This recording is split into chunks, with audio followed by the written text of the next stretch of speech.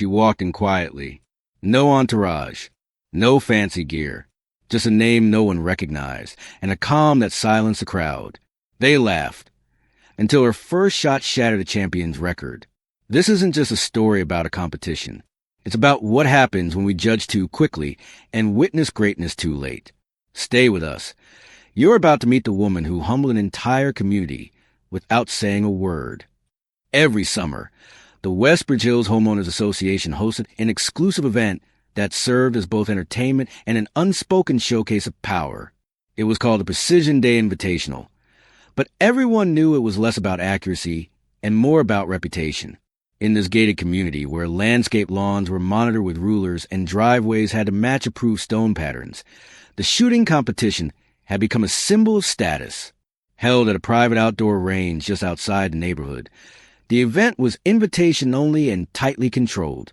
Residents needed board approval to even enter their names, and newcomers or non-participating households were quietly discouraged. The HOA board presented it as a way to build camaraderie and celebrate local talent. But most knew it was about showcasing whose name mattered most within the neighborhood's social hierarchy. For years, the competition had been dominated by Tyler Granger, the son of the HOA board vice president. At only 27, Tyler had already earned a local reputation as a talented shooter, though some whispered that the custom pistol he used cost more than most people's used cars. He had the swagger of someone who had never been told no, and the board made sure he always had the last slot in the competition, the prime spot reserved for the closer. Each year, he wore a custom shooting vest embroidered with the HOA crest, and each year, he walked off with the trophy, the applause, and the photos of the community newsletter. The HOA board leaned into his victories, treating Tyler's success like a symbol of the community's excellence. His wins were used in real estate pitches and neighborhood promotions. Westbridge Hills, where tradition and excellence meet. It was all part of the image. The event itself had the feel of a miniature country club gala. There were catered snack tables under white tents, folding chairs arranged neatly under umbrellas, and a polished wooden stage for speeches and trophies. HOA members arrived in designer outdoor wear, and the parking lot filled up with SUVs and electric luxury sedans. There was even a red carpet-style photo backdrop with the HOA's gold embossed logo for participant portraits. Only 12 participants were allowed each year, and the selection process was more political than athletic. People submitted applications weeks in advance, complete with resumes of past competitions, character endorsements, and in some cases, donation history to HOA projects. There were rumors of bribery, favoritism, and backroom deals, though nothing was ever proven outright. What was clear was that the board carefully curated the list to reflect the kind of people they wanted representing the neighborhood. Behind all the pleasantries and handshakes, though, there was always tension. The competition had become a battleground for power, pride, and prestige. Losing wasn't just about poor aim. It was about losing face in front of an audience that judged everything from wardrobe to weapon choice.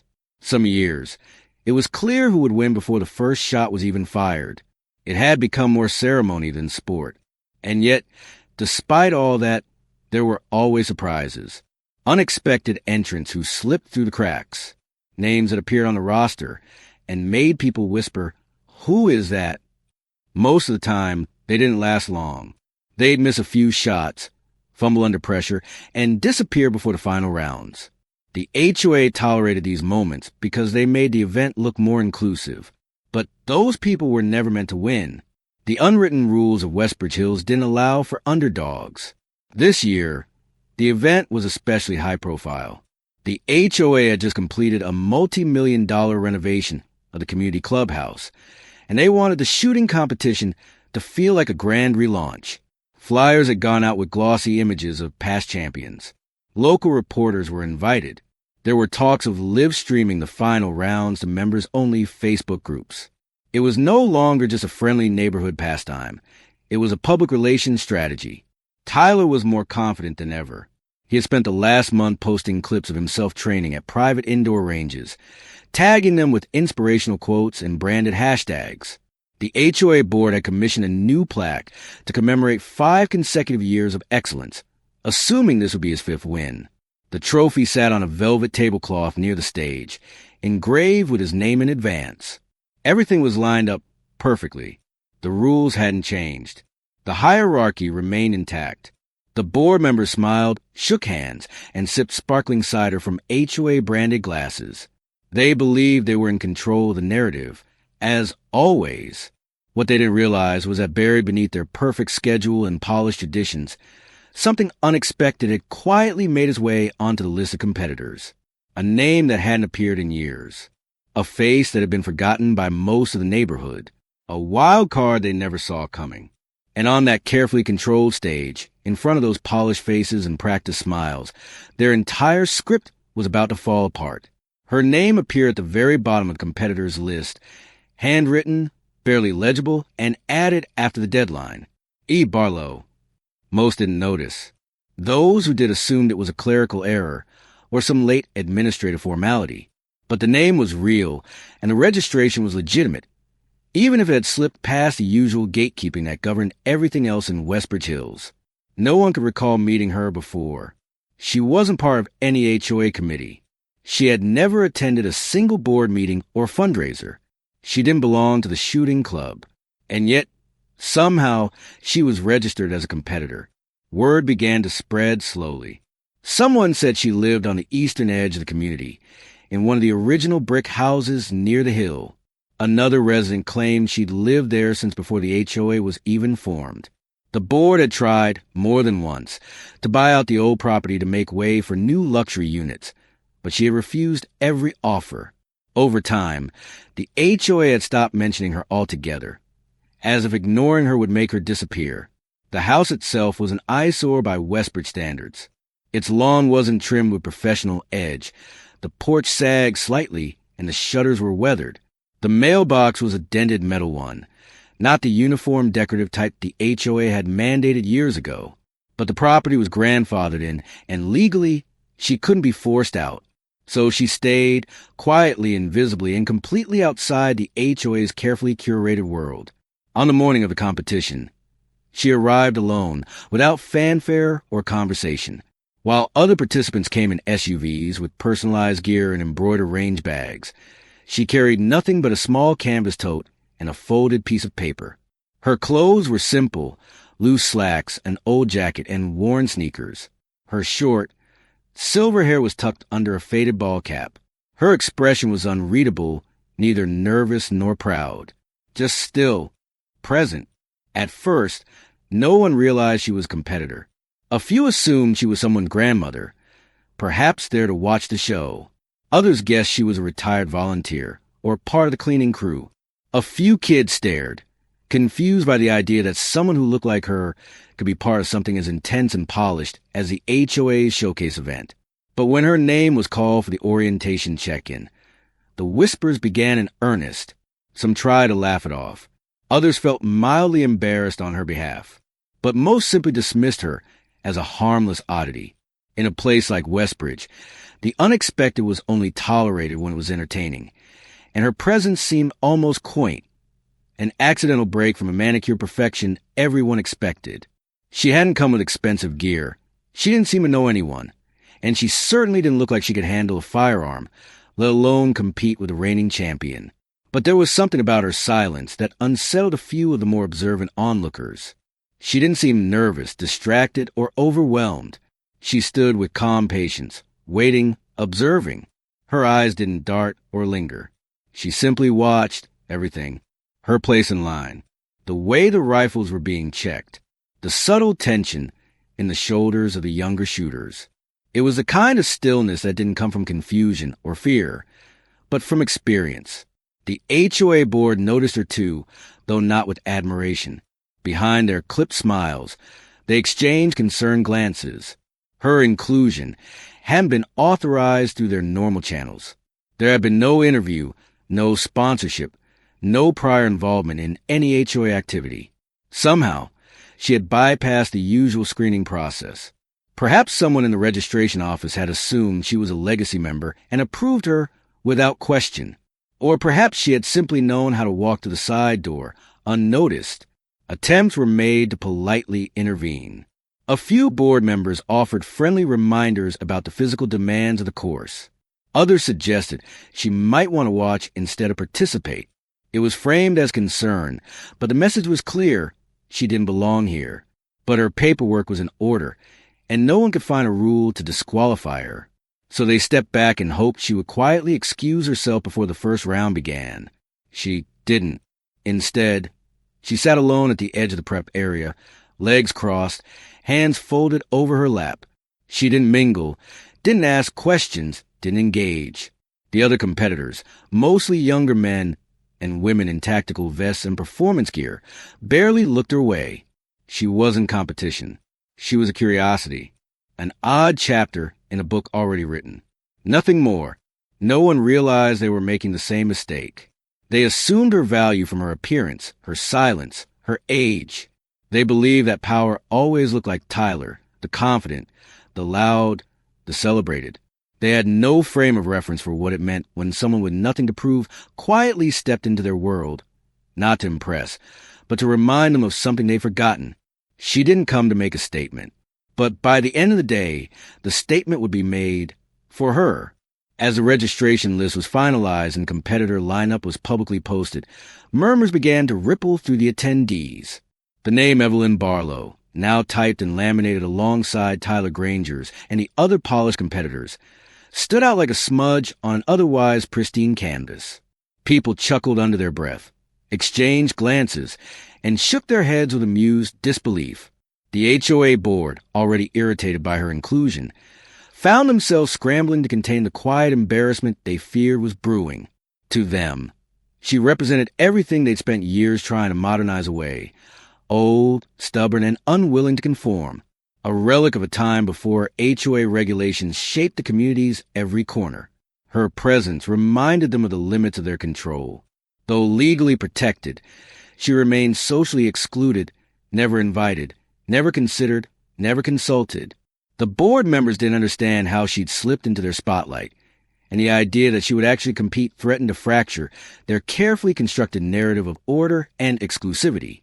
It didn't take long for the dismissiveness to turn sharp. Several participants began to crack jokes within earshot, lightly veiled as humor, but edged with derision. They commented on her age, her gait, her lack of gear. Her decision to bring no visible equipment was interpreted as ignorance. One of the younger competitors joked that she might try to fire the weapon upside down. Another suggested she'd probably flinch at the first shot and forfeit.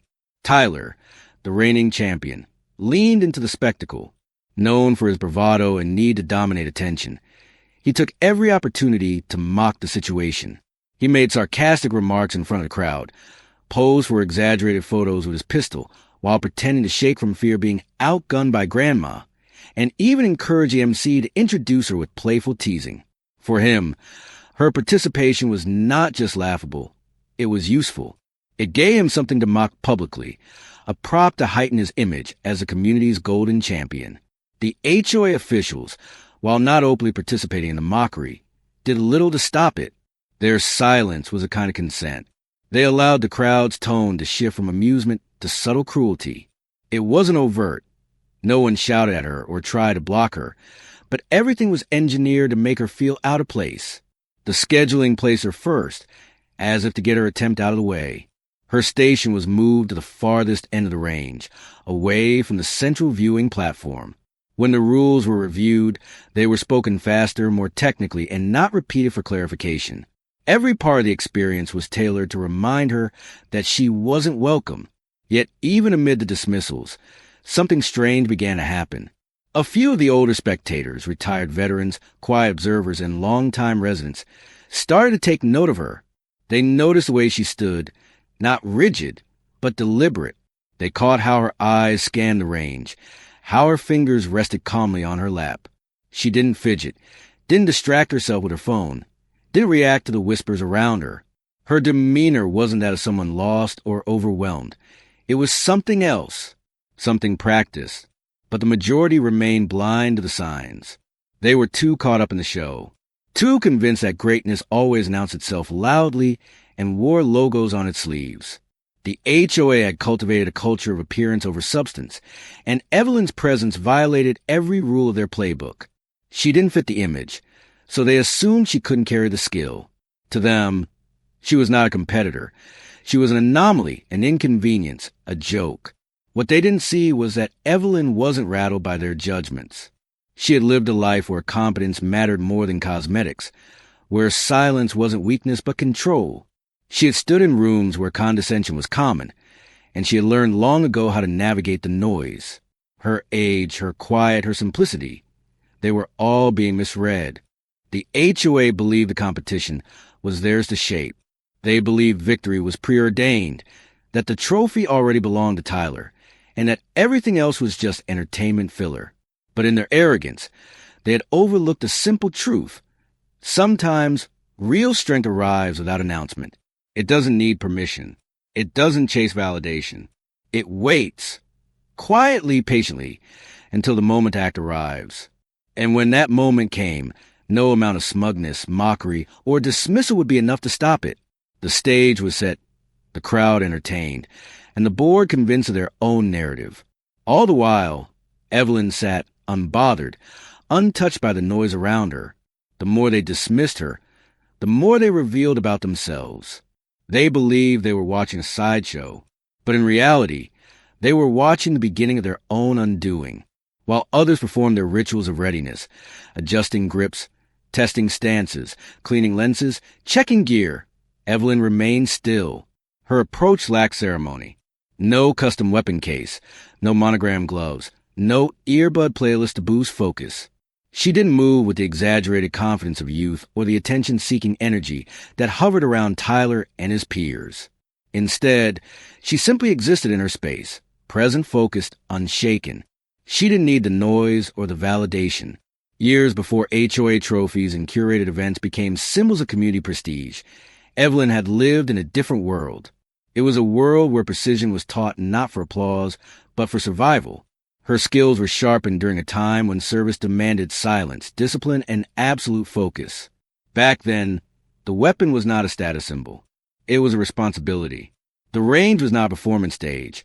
It was a matter of life and death. Those memories had never left her, even as time aged her joints and softened her appearance. Inwardly, her instincts remained untouched.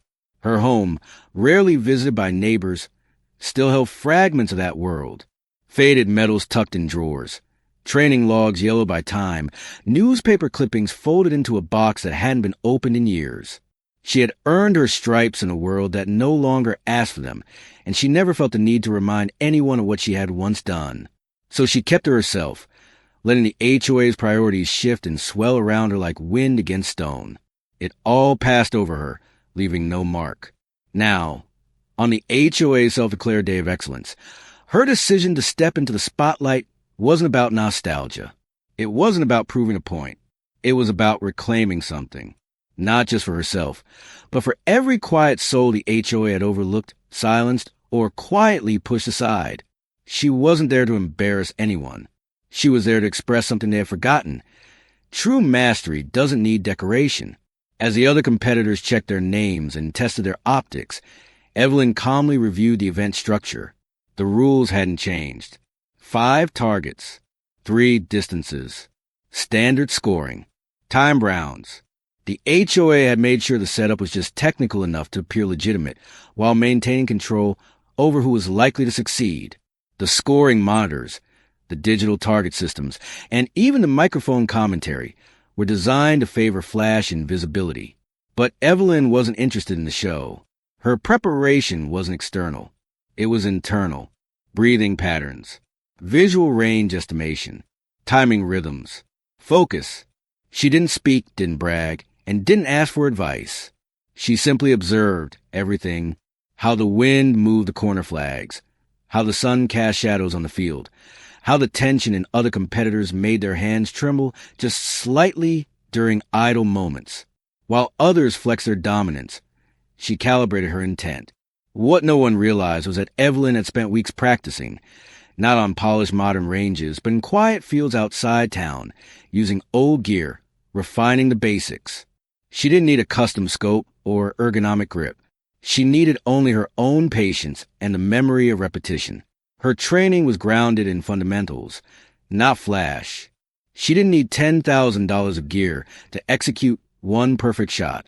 She just needed space and time to remember who she was beneath the dust of the years.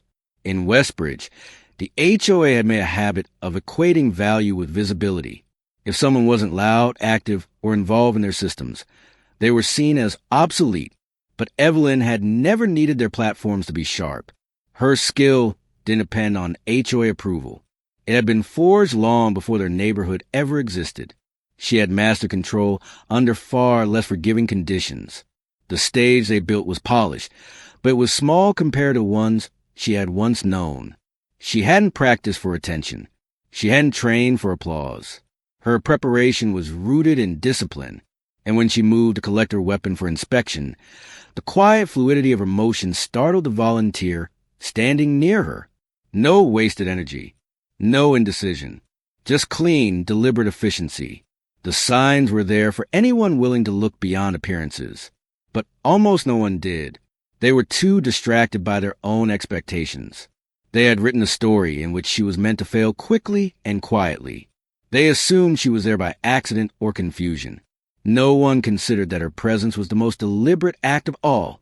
She had come prepared, not to win their trophy, but to remind them that true capability doesn't expire with age. It doesn't dim with time. It simply waits for the right moment to reappear. And as the final checks were made and the sequence of the competition was locked in, Evelyn stood poised, not just as a participant, but as a storm quietly gathering behind their sunny skies. She didn't need introductions. She didn't need warm-ups. She didn't even need recognition. All she needed was her turn. The silence before her first shot was not anticipated. It wasn't part of the day's script. The spectators had expected background chatter, casual laughter, and polite indifference.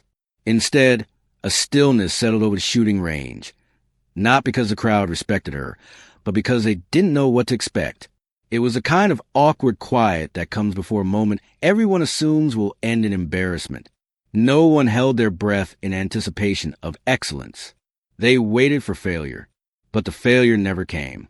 Her first shot rang out, crisp, controlled, and unnervingly precise. The digital target display flashed instantly. A clean hit, dead center.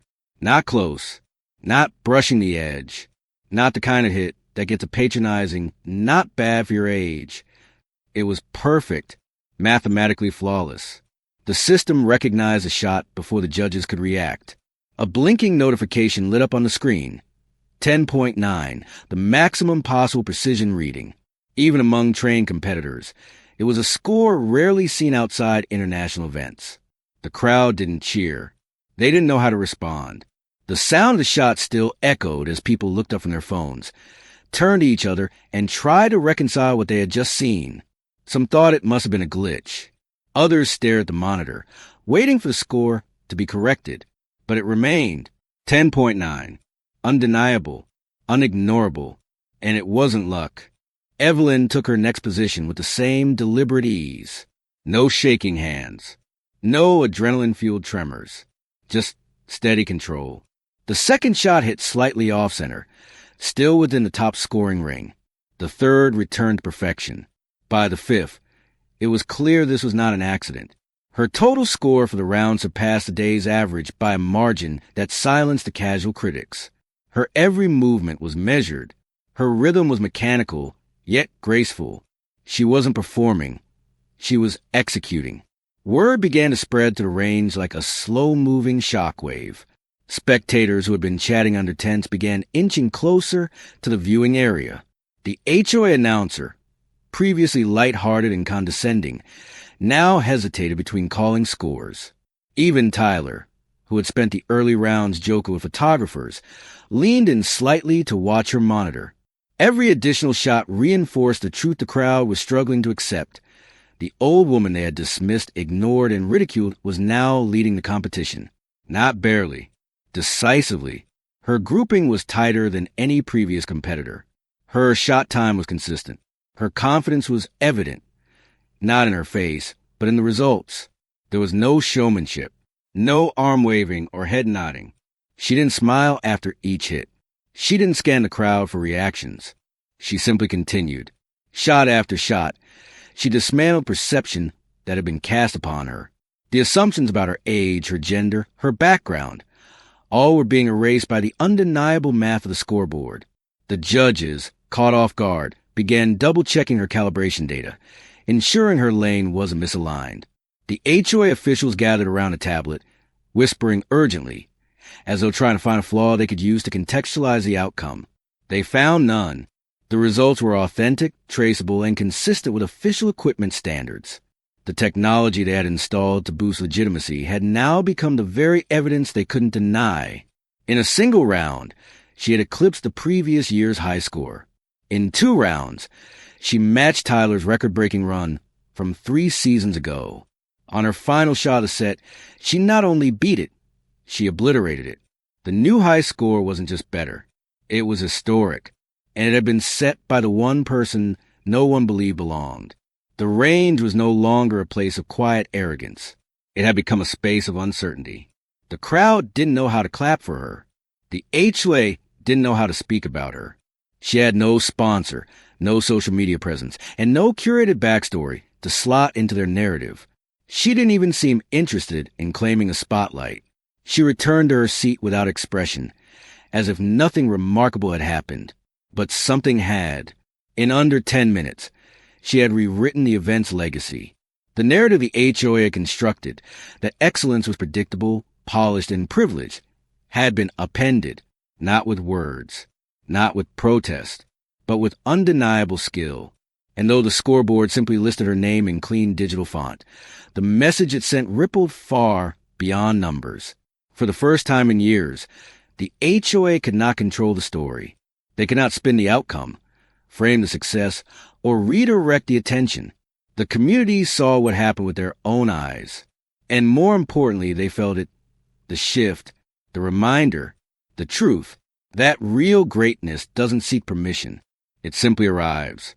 As the final numbers were calculated and Evelyn's record-breaking score was confirmed, the carefully crafted image the HOA had spent years polishing began to crack.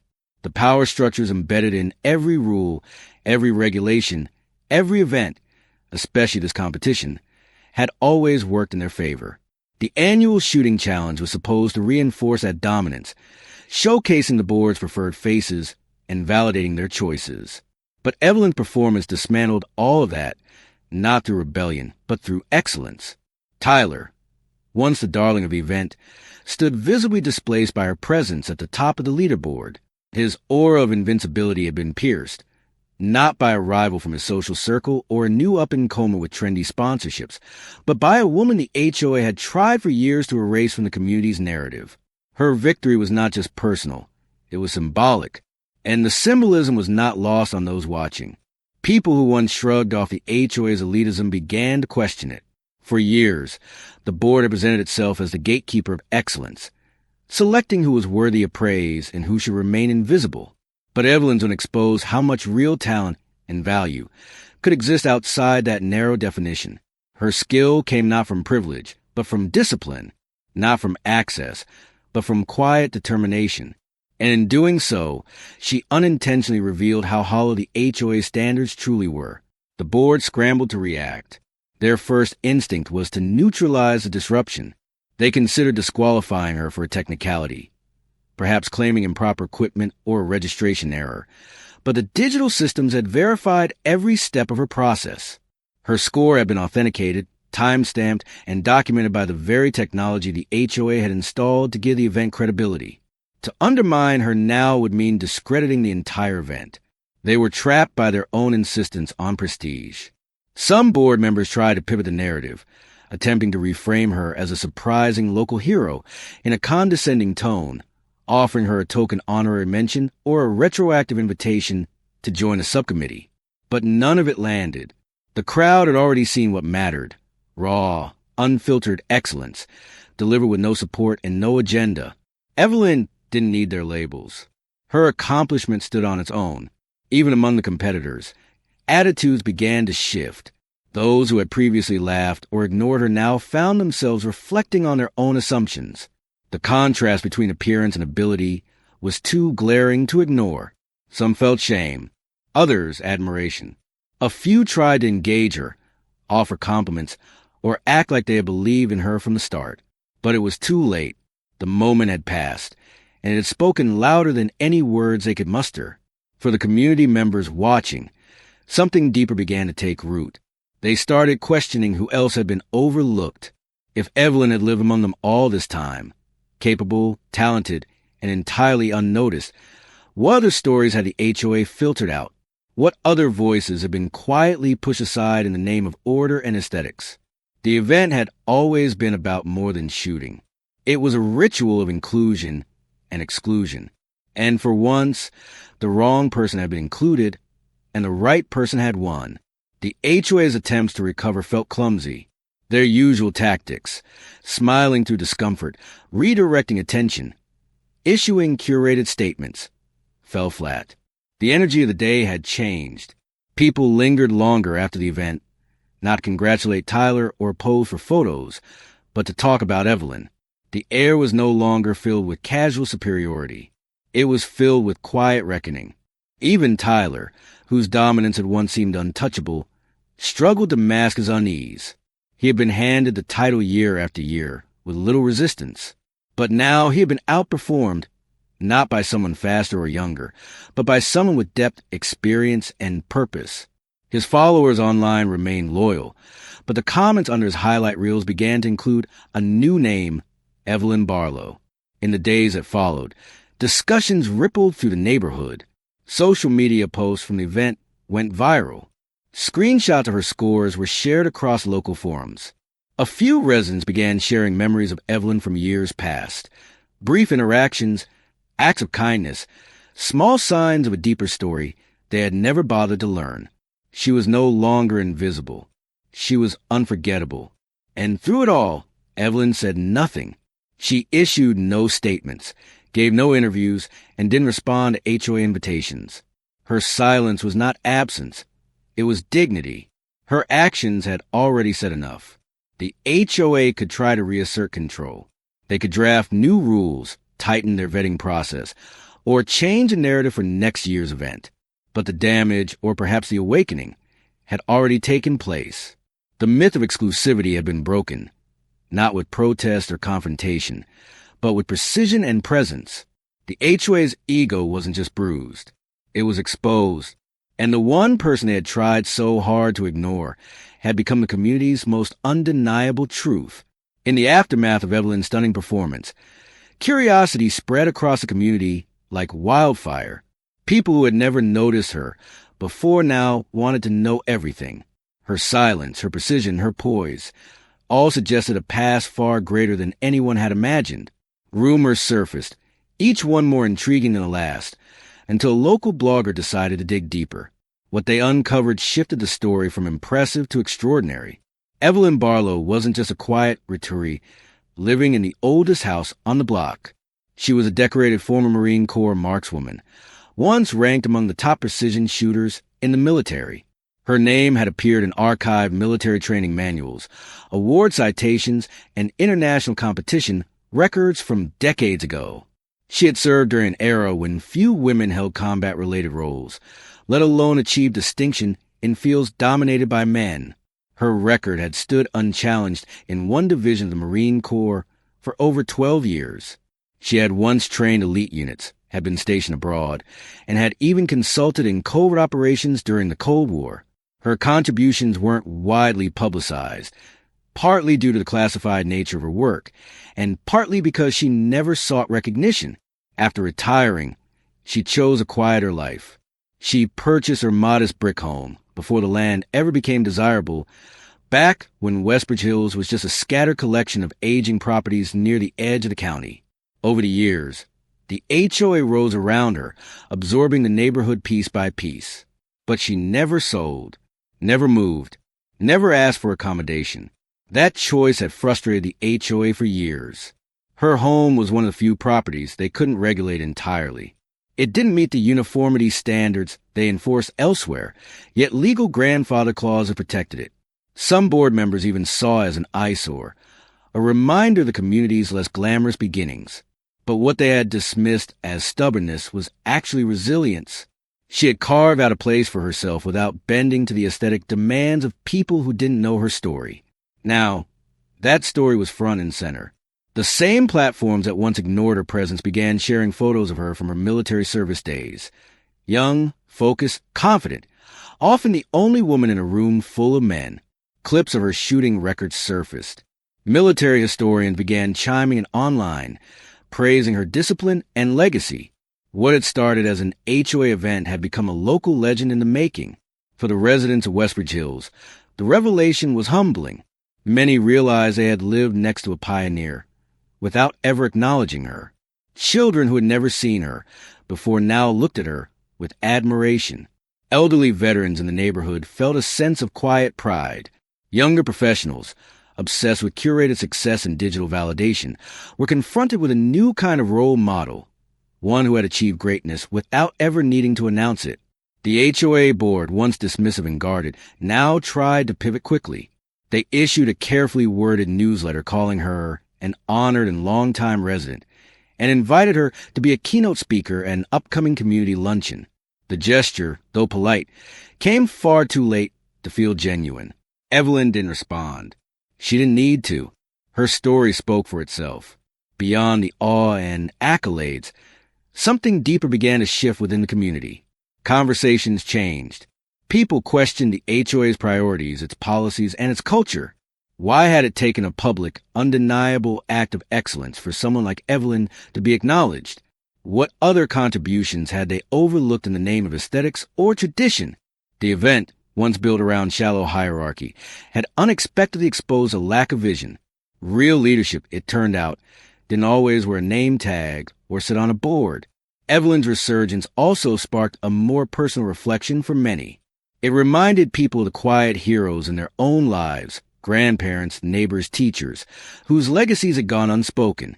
It challenged the community's obsession with image and replaced it, briefly, with a hunger for substance. For those who had mocked or underestimated her, the revelation was uncomfortable. They had laughed, whispered, and cast her aside without ever asking who she truly was. Now, their words echoed back at them with a sting they couldn't undo. Tyler, once so certain of his place at the top, became a symbol of the hollow merit the HOA had fostered. His name faded as Evelyn's rose. But Evelyn never gloated. She made no speeches, gave no press interviews, and didn't gloat online. She returned to her life, to the same quiet house, with the same worn shutters and sloped porch. She didn't want a spotlight. She had already lived her purpose. Her silence was a withdrawal. It was clarity, a message louder than applause. You don't need permission to be great. You don't need approval to be right. And sometimes, the most extraordinary lives unfold in the shadows of the ones who shout the loudest. Westbridge Hills would never look at her the same way again. And maybe, just maybe, they wouldn't look at themselves the same way either. In the days that followed the event, the fabric of Westbridge Hills' image began to fray. The HOA, once the unquestioned authority in the community, found itself on uncertain footing. For years, its board had cultivated a carefully controlled identity. Prestige through uniformity, status through visibility, and power through exclusivity. But Evelyn Barlow's unexpected triumph had punctured that illusion, and no amount of polished newsletters or curated photo albums could repair the damage. The shooting competition had always been the HOA's crown jewel, a tradition used to reinforce internal hierarchies. The board's chosen competitors, their preferred winners, the manufactured celebrations. Each one added another layer to the myth of HOA superiority. But now, that myth had been shattered by someone who hadn't asked for inclusion, hadn't begged for recognition, and hadn't needed their approval to deliver excellence. Community members began voicing discomfort, not with Evelyn's performance, but with their own failure to see her. Conversations on neighborhood forums shifted away from events and landscaping to questions about who truly represented the heart of Westbridge. Younger residents posted comparisons of Tyler's social media posturing versus Evelyn's quiet results. Older residents recalled seeing her jogging alone before dawn, never realizing they were in the presence of someone whose discipline had once been forged in service to the country. For the first time, the HOA faced real scrutiny, not from outside watchdogs, but from within their own community. Residents questioned long-standing board decisions, especially the silent efforts to pressure Evelyn to sell her property. They dug up records of past proposals to modernize the eastern blocks of the neighborhood, Plans that would have displaced homes like hers in favor of luxury condos and aesthetic coherence. What once felt like progress now seemed like erasure. A growing number of homeowners demanded transparency. Some requested that the HOA issue a formal apology. Others proposed changes to the vetting process for events, ensuring that no resident could be dismissed on the basis of social rank or appearance. Petitions began circulating, not just for policy reform, but for symbolic action, like naming the community center's new shooting range after Evelyn Barlow. Even those who had once championed HOA decisions began distancing themselves, unsure how to justify the board's past behavior in light of what had now come to light. Meanwhile, the HOA board tried to pivot. They circulated emails framing Evelyn's performance as a testament to community diversity and attempted to recast her victory as something they had proudly supported. But their tone-deaf language and late efforts at inclusion only deepened public skepticism. People weren't interested in seeing her legacy framed through the HOA's lens. They had already seen the truth for themselves. The humiliation hit hardest among the leadership. Their authority had always rested on perception, the illusion that they knew what was best, that they alone could define quality, that their structure inherently produced excellence. Evelyn had exposed just how shallow that foundation was. With one act of undeniable brilliance, she proved that the HOA system wasn't built on merit. It was built on control. Tyler, too, found his influence waning. The title of five-time champion no longer meant what it used to. His carefully curated brand, built on confidence and attention, was quickly overshadowed by the quiet weight of Evelyn's accomplishment. He posted less frequently. His interactions at community events grew strained.